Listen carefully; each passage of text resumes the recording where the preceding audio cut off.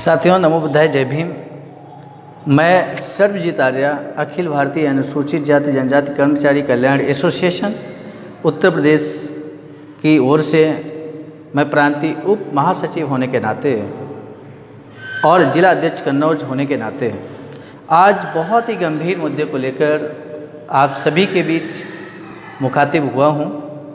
मैं आप 3 घटनाओं की बात करूँगा और वो 3 घटनाएं, वो 3 निर्णय जो माननीय सुप्रीम कोर्ट ने दिए या उन निर्णयों की आड़ में, उन निर्णयों का संदर्भ लेते हुए माननीय सुप्रीम कोर्ट ने कुछ इस तरह की टिप्पणी की जिसको लेकर हम आपको बस अवगत कराएंगे और उसके बाद निर्णय आप सभी को लेना है, उस पर आप सभी को विचार करना पड़ेगा।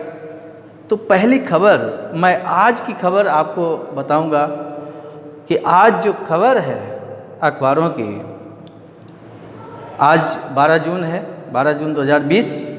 12 जून 2020 की जो खबर है वो ज़रा ध्यान से देखिए सभी लोग। साथियों, खबर को ध्यान से देखिए, हेडिंग को ध्यान से देखिए। आप देख सकते हैं फ्रंट हेडिंग है, आरक्षण मौलिक अधिकार नहीं। नीचे आप देखिए, ओबीसी कोटा ना मिलने से अधिकारों का हनन नहीं। उच्चतम न्यायालय ने आज तमिलनाडु में मेडिकल सीटों पर ओबीसी आरक्षण नहीं दिए जाने के खिलाफ याचिका पर सुनवाई से इनकार करते हुए कहा है कि आरक्षण मौलिक अधिकार नहीं है। ध्यान दीजिए इस खबर को, और एक और खबर हम आपको दिखाएंगे। दूसरी खबर आप देख सकते हैं, 24 अप्रैल को ये दैनिक जागरण में निकली खबर प्रकाशित हुई। आप देख रहे हैं, बहुत हाईलाइट करके इस खबर को दिखाया गया। ये खबर जो है माननीय सुप्रीम कोर्ट का निर्णय है जो 22 अप्रैल को लिया गया। क्या है? आरक्षण की चुनौतियों से निपटने की निर्वाचित सरकारों में इच्छा शक्ति नहीं। सरकारों के लिए बहुत कठिन है कि इस पर कोई कदम उठा सकें।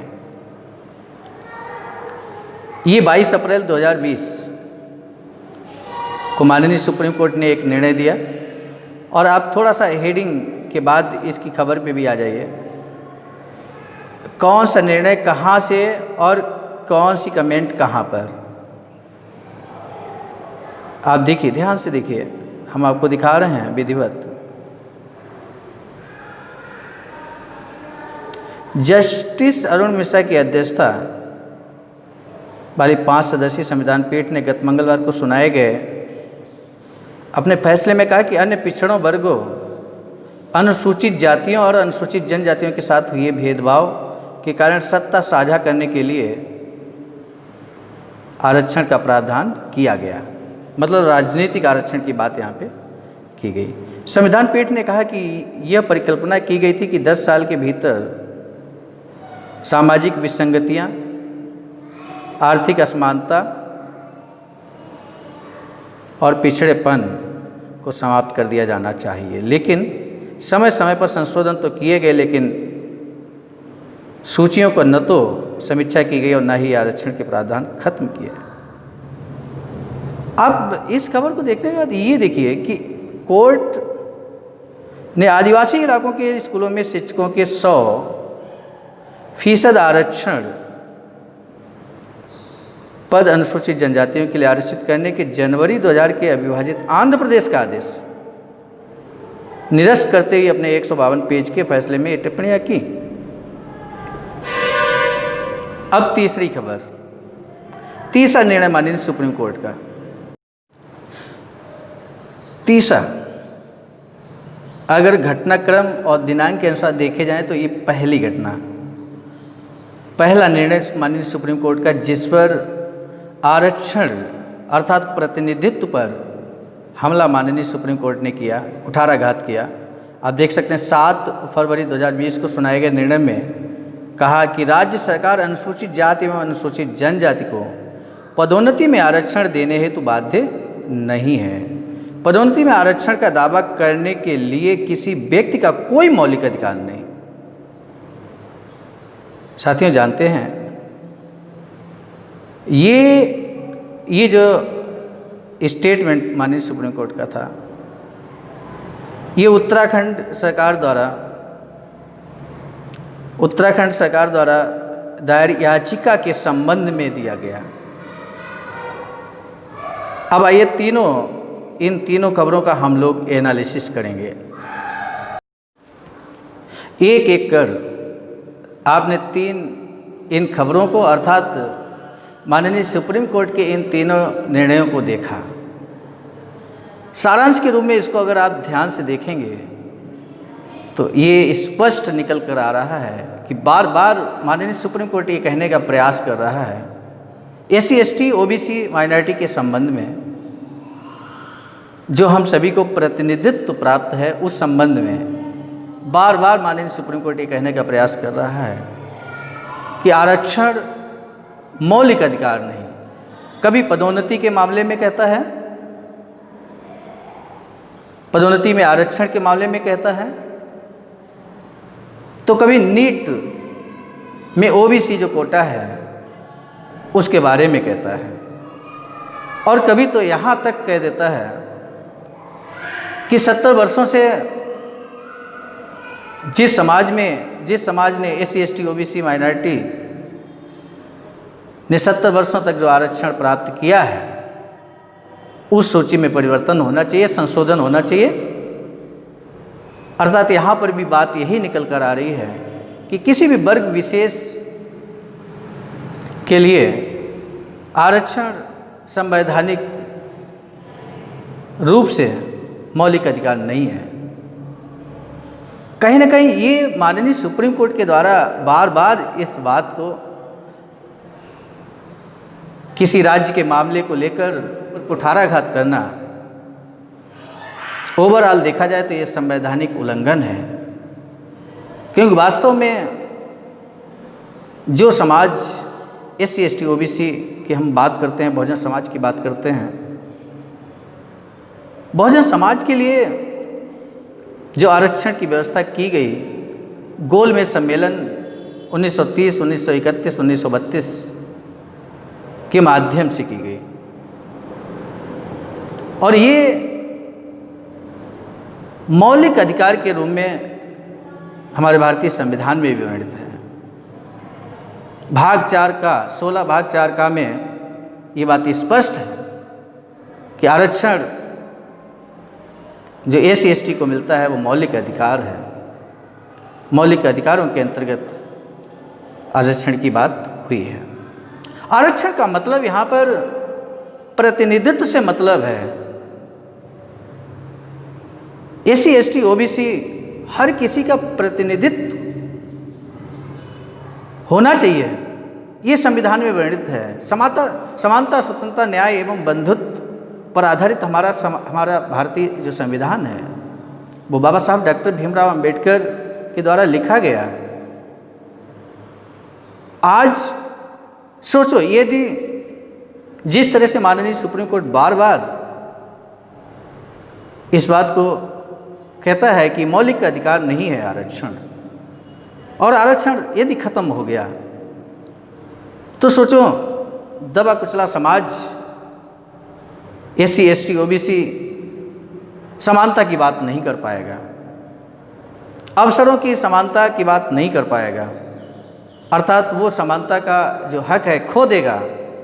आज कुछ हद तक आरक्षण की बदौलत, प्रतिनिधित्व की बदौलत ये समाज, दबा कुचला समाज, कुछ अवसरों का लाभ ले पा रहा है, और यदि ये खत्म हो गया, समाप्त हो गया, तो निश्चित मानिए समानता की बात छोड़िए, बड़ी समस्या हमारे SC ST OBC समाज के समक्ष उत्पन्न हो जाएगी। साथियों, बात की जाए कि आखिर माननीय सुप्रीम कोर्ट लोकतंत्र का एक स्तंभ है, न्यायपालिका एक लोकतंत्र का एक मजबूत स्तंभ होता है, स्वतंत्र स्तंभ होता है। उसके सभी निर्णय का हम सभी सम्मान करते हैं, लेकिन कुछ बातें हैं जिन पर हमें विचार करना बहुत आवश्यक है। वो बातें ये हैं कि लोकतंत्र के सभी स्तंभ स्वतंत्र होने चाहिए, स्वतंत्र निर्णय लेने चाहिए, लेकिन इस स्वतंत्रता में भी भारतीय संविधान सर्वोपरि है, भारतीय संविधान की मूल भावना सर्वोपरि है। मूल भावना के विपरीत हम नहीं जा सकते। और भारतीय समाज की जब हम प्रस्तावना की बात करेंगे तो वहाँ पर जनता सर्वोपरि है। यानी कि आज ये माननीय सुप्रीम कोर्ट जो बार बार डिसीजन दे रही है, बार बार टिप्पणी कर रही है कि आरक्षण मौलिक अधिकार नहीं, इस स्टेटमेंट का कई बार इस्तेमाल माननीय सुप्रीम कोर्ट ने किया है। जो अभी हमने आपको 7 फरवरी का जो निर्णय था माननीय सुप्रीम कोर्ट का, 22 अप्रैल का निर्णय था, और आज 12 जून है, यानी कि 11 जून का जो निर्णय माननीय सुप्रीम कोर्ट का है, उसमें कहा है, उसने सोचने की बात है। आखिर बुद्धिजीवी वर्ग, SC ST OBC माइनॉरिटी का जो समाज है, उसकी क्या जिम्मेदारी बनती है, आखिर वो क्या कदम उठाए। जैसा कि हमने आपको कहा, भारतीय संविधान के अकॉर्डिंग भारत की जनता सर्वोपरि है। जब लोकतंत्र के सभी स्तंभ अपनी दिशा भटक जाएं, संविधान के अनुसार न चलें, तो जनता को ये निर्णय लेना होता है कि उसे ऐसा निर्णय लेना चाहिए जनता को जो लोकतंत्र के हित में हो, संविधान के हित में हो। तो आज पुनः जो इस तरह के जो निर्णय माननीय सुप्रीम कोर्ट दे रहा है, मुझे लगता है स्पष्ट हो रहा है इस बात से कि आम जनमानस को अब निर्णय लेने की घड़ी आ गई है। 22 अप्रैल को माननीय सुप्रीम कोर्ट ने जब ये निर्णय दिया तो अखिल भारतीय अनुसूचित जाति जनजाति कर्मचारी कल्याण एसोसिएशन का जो केंद्रीय कार्यकारिणी परम आदरणीय राष्ट्रीय महासचिव परम आदरणीय बुद्ध मित्र मुसाफिर सर, राष्ट्रीय अध्यक्ष बाबा पी भोसले सर और अन्य राष्ट्रीय लीडर्स ने तथा प्रांतीय पदाधिकारियों में मिलकर एक ज्ञापन तैयार किया। इन सभी बिंदुओं को लेकर माननीय सुप्रीम कोर्ट बार बार इस तरह का जो निर्णय दे रहा है, जो हमारे प्रतिनिधित्व अर्थात आरक्षण के मामले पर कुठाराघात प्रहार कर रहा है, तो ऐसे निर्णयों को कैसे रोका जा सकता है, ये बहुत ही महत्वपूर्ण बात है। आखिर कैसे रोकेंगे ऐसे निर्णय को? कौन सी ऐसी व्यवस्था होनी चाहिए जिससे हम इस तरह के निर्णयों को रोक सकें और SC ST OBC माइनॉरिटी के जो हक अधिकार हैं, प्रतिनिधित्व है, वो सुनिश्चित हो सके भारतीय संविधान के अनुसार। तो एक ज्ञापन तैयार किया गया। उस ज्ञापन को पूरे उत्तर प्रदेश, बिहार, गुजरात, हरियाणा, मध्य प्रदेश, दिल्ली, तो इन सभी राज्यों से उस ज्ञापन को प्रेषित किया गया माननीय महामहिम को, माननीय प्रधानमंत्री को, महामहिम से राष्ट्रपति महोदय को और सभी राजनीतिक दलों को। इस समय भी प्रेषित किया जा रहा है, सभी जनपद इकाइयों के द्वारा प्रेषित किया गया। अब हम लोग ब्लॉक स्तर पे भी ऐसा काम कर रहे हैं, ब्लॉक स्तर से भी भेजा जा रहा है। हम सभी की जिम्मेदारी बनती है कि जब इस तरह के लगातार माननीय सुप्रीम कोर्ट एक कॉन्सेप्ट क्लियर कर रही हो भारतीय समाज के सामने, तो ऐसी स्थिति में हमें भी एक कॉन्सेप्ट क्लियर करना होगा और उसका पुरजोर तरीके से उसको रखना भी होगा समाज के समक्ष कि आरक्षण अर्थात प्रतिनिधित्व हमारा मौलिक अधिकार है। और ऐसा सोचिए, माननीय सुप्रीम कोर्ट बार बार इस तरह के निर्णय देता है और सरकार कुछ भी नहीं कहती है। सरकार कोई ऐसा कानून नहीं बनाती है जिससे कि आरक्षण की व्यवस्था में स्थायित्व आ सके, प्रतिनिधित्व हम सभी को स्थायी रूप से मिल सके। ऐसी कोई व्यवस्था सरकार नहीं कर रही। इसका मतलब है कि इस बात को हमें जन जन तक पहुंचाना होगा और आम जनमानस को जागरूक भी करना होगा, ताकि आम जनमानस अपने हित के लिए स्वयं निर्णय ले और निर्णय लेकर उचित कदम उठाए, अपने वोट की कीमत को पहचाने, वोट की कीमत को ऐसी जगह इस्तेमाल करे जिसे भारतीय संविधान पूर्ण रूप से संरक्षित हो सके, भारतीय संविधान के अनुसार भारत देश चले, ऐसी सरकार का भारतीय आम जनमानस निर्णय लेगा अपने वोट के माध्यम से। तो अखिल भारतीय अनुसूचित जाति जनजाति कर्मचारी कल्याण एसोसिएशन द्वारा एक ज्ञापन तैयार किया गया। उस ज्ञापन को हम जरूर आपको बताएंगे इस वीडियो के माध्यम से, जहां देश के जिस कोने से भी आप इस वीडियो को देख रहे हैं। यदि इस ज्ञापन को आपको अच्छा लगे तो आप कमेंट बॉक्स में जाकर कमेंट कीजिए, अपना मोबाइल नंबर दीजिए, व्हाट्सएप नंबर, और मैं इसकी हार्ड कॉपी भेज दूंगा। तो मैं एक बार इस ज्ञापन को पढ़कर आपको जरूर सुनाऊंगा, ताकि आप समझ सकें कि आखिर इससे हम निश्चित रूप से प्रतिनिधित्व का जो मामला है उसमें हम स्थायित्व ला सकें और सुनिश्चित कर सकें कि हम संघर्ष के लिए पूर्णतः तैयार हैं। सेवा में माननीय प्रधानमंत्री भारत सरकार, ये आप देख रहे हैं, ये एक ज्ञापन तैयार है जो माननीय सुप्रीम कोर्ट ने 22 अप्रैल 2020 को इस तरह से आप देख रहे हैं निर्णय दिया। उस संबंध में ये हम लोगों ने ज्ञापन तैयार किया।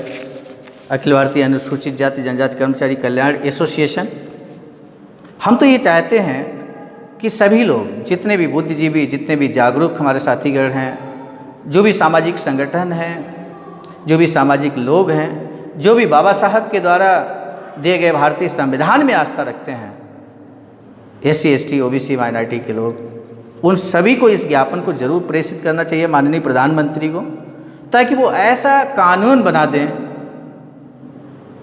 कि ये जो आरक्षण प्रतिनिधित्व की व्यवस्था है इसको स्थायी रूप दिया जा सके और हमारे समाज को समता, स्वतंत्रता, न्याय और बंधुत्व पर आधारित समाज का निर्माण हो सके, भारत का निर्माण हो सके। जो ज्ञापन है उसको हम पढ़ के जरूर आपको सुनाएंगे। माननीय विषय है, माननीय सुप्रीम कोर्ट इंडिया द्वारा अपने निर्णय दिनांक 22 अप्रैल 2020 के अंतर्गत चेब्रुलू लीला प्रसाद राव व अन्य बनाम आंध्र प्रदेश व तेलंगाना सिविल अपील संख्या 70402002 के मामले में भारत सरकार को अनुसूचित जनजाति की सूची को संशोधित करने हेतु जारी निर्देश के संबंध में महोदय, उपयुक्त विषय दिनांक 22 अप्रैल 2020 के माननीय सुप्रीम कोर्ट ने भारत सरकार को पैरा 153 में जो निर्देश जारी किया है निम्नलिखित है। कोर्ट वरिष्ठ अधिवक्ता डॉक्टर राजीव धवन की इस दलील से सहमत है कि आरक्षित वर्गों की सूची संशोधित करने की जरूरत है। वर्तमान आरक्षण प्रतिशत में बिना छेड़छाड़ किए सूची में संशोधन किया जा सकता है, जिससे कि ज़रूरतमंदों को लाभ मिल सके, न कि उनको जो गत 70 वर्षों से लाभ लेते आ रहे हैं या जो सूची में शामिल होने के बाद से आरक्षण का लाभ उठाकर समाज की मुख्य धारा में आ चुके हैं। सरकार का दायित्व है कि वह इस तरह से कार्य करे जैसा कि इंदिरा साहनी मामले में कहा गया था और जैसा संवैधानिक रूप से उल्लिखित है। माननीय सुप्रीम कोर्ट जारी निर्देश के संबंध में हम सभी निवेदकगण निम्नलिखित विचारणीय बिंदु आपके समक्ष रख रहे हैं, जिस पर गंभीरतापूर्वक विचार किया जाना आवश्यक ही नहीं बल्कि संवैधानिक रूप से अनुसूचित जाति, अनुसूचित जनजाति, अन्य पिछड़ा वर्ग समाज के सर्वांगीण विकास के लिए उपयोगी भी है। निवेदन नंबर 1, निवेदन के साथ ये कहना है कि बाबा साहब डॉक्टर भीमराव अंबेडकर के अथक लंबे संघर्ष के उपरांत आरक्षण अर्थात प्रतिनिधित्व का अधिकार प्राप्त हुआ है। ये अधिकार तत्कालीन ब्रिटिश प्रधानमंत्री रैमसे मैकडोनाल्ड ने 17 अगस्त 1932 को गोलमेज सम्मेलन में लंदन में सांप्रदायिक निर्णय अर्थात कम्युनल अवार्ड के रूप में दिया था। इसके विरुद्ध महात्मा गांधी ने आमरण अनशन प्रारंभ कर दिया, जिसकी परिणति ये हुई कि आमरण अनशन समाप्त कराने हेतु पूना पैक्ट दिनांक 24 सितंबर 1932 को हुआ, जिसमें पृथक निर्वाचन के अधिकार की जगह संयुक्त निर्वाचन प्रणाली अपनाई गई थी तथा शिक्षा और नौकरी में आरक्षण ज्यों का त्यों बना रहा, जैसा कि ब्रिटिश सरकार द्वारा प्राप्त हुआ था। दूसरा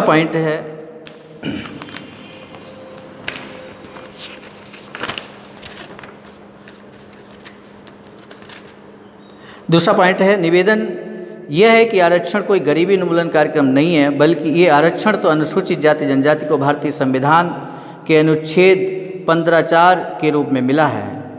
15(4) तथा 16(4) के अंतर्गत सामाजिक तथा शैक्षणिक पिछड़ेपन के आधार पर प्रतिनिधित्व के रूप में मिला है। अतः सुप्रीम कोर्ट की टिप्पणी कि SC/ST का एक तबका आर्थिक और सामाजिक रूप से संपन्न व समर्थ हो चुका है उचित नहीं है और संविधान की मूल भावना के प्रतिकूल है। इस टिप्पणी से उक्त वर्ग में भारी आक्रोश है, क्योंकि अनुसूचित जाति अनुसूचित जनजाति अत्याचार निवारण अधिनियम 1989 के अंतर्गत वर्ष 2016 में राष्ट्रीय अपराध सांख्यिकी ब्यूरो गृह मंत्रालय के रिकॉर्ड के अनुसार 47,000 मुकदमे पंजीकृत किए गए थे। इतनी बड़ी संख्या में अनुसूचित जाति अनुसूचित जनजाति के लोगों का उत्पीड़न तथा शोषण होना ये दर्शाता है कि यह वर्ग आज भी सामाजिक रूप से संपन्न व समर्थ नहीं हो सका है, जो कि अत्यंत ही दुखद है।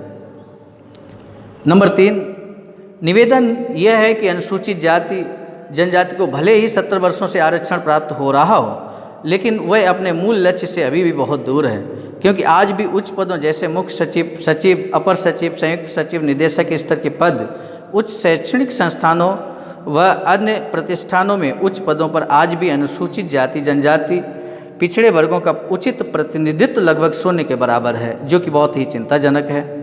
अतः सरकार से निवेदन है कि सर्वप्रथम उक्त उच्च सेवाओं में पर्याप्त आरक्षण सुनिश्चित करने हेतु प्रोन्नति में आरक्षण, जो कि भारतीय संविधान के अनुच्छेद 16(4) के तहत प्रदत्त है, उसे तत्काल प्रभाव से लागू करने की कृपा करें, जिससे कि उक्त सेवाओं में उच्च पदों पर प्रतिनिधित्व संभव हो सके। नंबर 4 है, निवेदन है कि निचले तबके का आरक्षण स्तर तक न पहुंच पाने का एक कारण ये भी है कि हमारे देश की शिक्षा पद्धति समान नहीं है, अतः पूरे देश में एकल शिक्षा पद्धति लागू किए जाने की महती आवश्यकता है। नंबर 5 है, निवेदन है कि अनुसूचित जाति जनजाति को संवैधानिक आरक्षण का प्रतिशत वर्ष 1931 की जातिगत जनगणना के आधार पर निर्धारित है, जो कि काफ़ी पुराना आंकड़ा है। वर्ष 2021 की होने वाली जनगणना अलग अलग अनुसूचित जाति जनजाति अन्य पिछड़े वर्ग सामान्य वर्ग के आधार पर कराई जाए तथा प्राप्त आंकड़ों के आधार पर जनसंख्या के उचित अनुपात में पर्याप्त प्रतिनिधित्व की व्यवस्था सुनिश्चित किया जाए, ताकि हर वर्ग के साथ सामाजिक न्याय हो सके। नंबर 6 है ये कि निजीकरण की संस्थाओं एवं सेवाओं में भी आरक्षण अर्थात प्रतिनिधित्व प्रदान किया जाए, ताकि SC/ST OBC को उचित प्रतिनिधित्व प्राप्त हो सके। अगला पॉइंट है, निवेदन यह है कि सुप्रीम कोर्ट हाई कोर्ट के न्यायाधीशों की नियुक्ति में SC/ST अन्य पिछड़े वर्ग को उचित प्रतिनिधित्व दिया जाए, जिससे कि सामाजिक न्याय की अवधारणा की पूर्ति हो सके, जिसके लिए पुनः राष्ट्रीय न्यायिक आयोग का गठन किया जाए एवं भारतीय न्यायिक सेवा के तहत चयन प्रक्रिया शुरू की जाए, जिसमें संवैधानिक आरक्षण लागू किया जाए, ताकि सभी वर्गों के न्यायाधीश हो सकें और न्यायिक व्यवस्था पर समाज के हर वर्ग का विश्वास बना रहे। निवेदन है कि आज भी राष्ट्रपति भवन, प्रधानमंत्री कार्यालय जैसे शीर्ष स्तर के कार्यालयों में SC/ST OBC का उचित प्रतिनिधित्व नहीं है, कृपया उचित प्रतिनिधित्व सुनिश्चित किया जाए। 10वां जो पॉइंट है, निवेदन है कि लोकसभा में दिनांक 19 दिसंबर 2012 से अनुसूचित जाति जनजाति कर्मचारियों के पदोन्नति में आरक्षण बिल आज भी लंबित हैं, इसे तत्काल पारित कराने की कृपा करें, ताकि उचित पदों पर पर्याप्त प्रतिनिधित्व सुनिश्चित हो सके। अगला पॉइंट है, विनम्रतापूर्वक यह कि गत 70 वर्षों से प्राप्त आरक्षण के बावजूद भी SC/ST समाज का व्यक्ति उपरोक्त वर्णित उच्च पदों पर जहां पॉलिसी का निर्माण होता है नहीं पहुंच सका है, लेकिन उसी समाज के जो लोग थोड़ी बहुत योग्यता आरक्षण की वजह से हासिल कर रहे हैं या कर पाए हैं, यदि उनको आरक्षण सूची से पृथक कर दिया गया तो उसका गंभीर दुष्परिणाम ये होगा कि आज जब योग्य अभ्यर्थी उपलब्ध हैं तो जातीय द्वेष के कारण उक्त उच्च पद नहीं भरी जा रही हैं।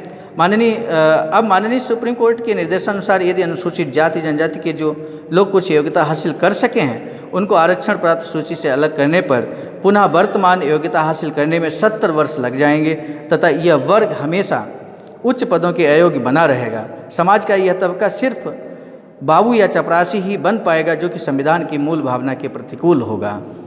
निवेदन है कि आरक्षण व्यवस्था को संविधान की 9वीं अनुसूची में शामिल किया जाए ताकि बार बार उठने वाले प्रश्नों पर विराम लग सके और सामाजिक न्याय की अवधारणा स्थापित हो सके ताकि भारत एक समृद्ध राष्ट्र बन सके।